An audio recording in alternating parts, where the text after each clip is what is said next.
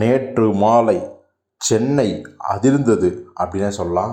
எப்படி அதிர்ந்ததுன்னா, எதனால் அதிர்ந்ததுன்னா, அன்பால் அதிர்ந்தது அப்படின்னு தான் சொல்லணும். அதற்கு காரணம் பாலாவின் வணங்கான் படத்தோட ஆடியோ மற்றும் ட்ரெய்லர் லான்ச் விழா. அது அப்படி சொல்கிறத விட பாலாவின் 25 ஆண்டு கலை சேவையை முன்னிட்டு, திரைப்பயணத்தை முன்னிட்டு அவருக்கான பாராட்டு விழா அப்படின்னு எடுத்துக்கலாம்.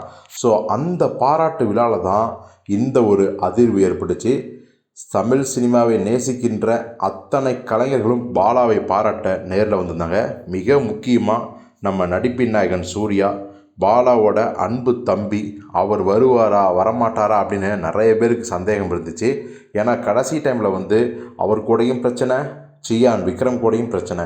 ஸோ அதனால் 2 பேருமே வருவாங்களா அப்படிங்கிற சந்தேகம் இருந்துச்சு. ஆனால் நம்ம சூர்யா அவர்கள், நான் எவ்வளவு பிரச்சனை இருந்தாலும் சரி பாலாவின் அன்பு தம்பி தான் அப்படிங்கிறத வந்து நிரூபித்தார்.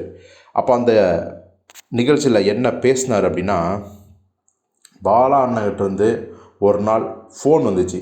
அந்த டைமில் நான் நெய்க்காரம்பட்டியில் இருந்தேன்.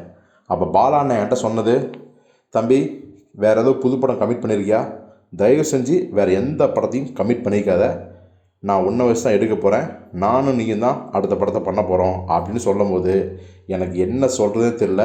என்னுடைய வாழ்க்கை அங்கேருந்து தான் ஸ்டார்ட் ஆச்சு அப்படின்னு தான் சொல்லணும். ஏன்னா சேது படத்தோட ப்ரீவியூ ஷோலாம் நான் பார்த்துருக்கேன். கிட்டத்தட்ட 100 ஷோக்கள் ஓடிச்சு. அப்போ விக்ரம் பக்கத்தில் உட்காந்துருப்பார், பாலன் இருப்பார். அந்த படம் ரிலீஸுக்கு எவ்வளவு கஷ்டப்பட்டாங்கன்னு தெரியும். ஒரு டைரக்டர் இப்படியெல்லாம் படம் பண்ண முடியுமா, ஒரு நடிகர் இப்படியா நடிக்க முடியுமா அப்படின்னு மெய் சிலிர்த்து பார்த்துட்டு இருந்தேன்.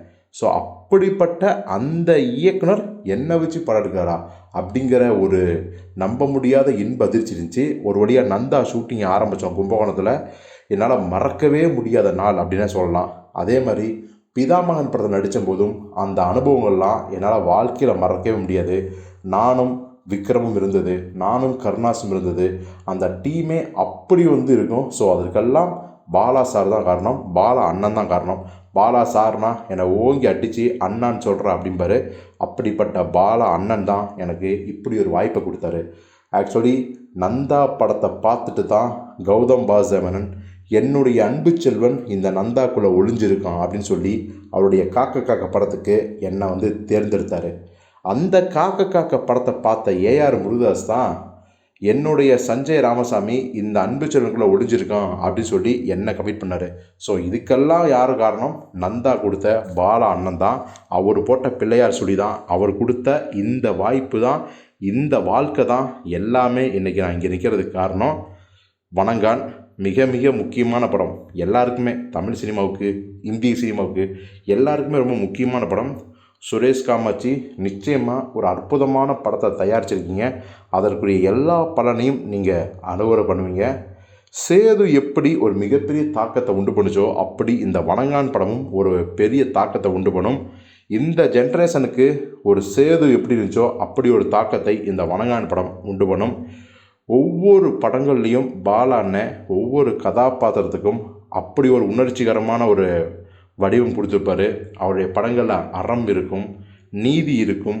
ஸோ இதெல்லாம் சேர்ந்தது தான் பாலா அண்ணனோட படங்கள்.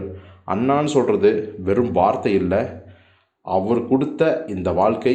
ஆனால் இந்த உறவுக்கு என்னுடைய நன்றி, வாழ்த்துக்கள். இந்த பயணம், நான் இங்கே நிற்கிற மேடை, இந்த வாழ்க்கை நீங்கள் கொடுத்தீங்க. அதுக்காக என்னுடைய நன்றி, எக்காலத்துக்கும் என்னுடைய நன்றி அப்படின்னு சொல்லி சூர்யா ரொம்ப நெகிழ்ச்சியோட கண் கலங்கி பேசும்போது அந்த அரங்கமே ஆரவாரத்தில் அதிர்ந்தது. ஸோ சூர்யாவோட இந்த ஒரு லாயல்ட்டியை, அண்ணன் தம்பி அப்படிங்கிற அந்த உறவை நீங்கள் எப்படி பார்க்குறீங்கிறத கமெண்டில் சொல்லுங்கள்.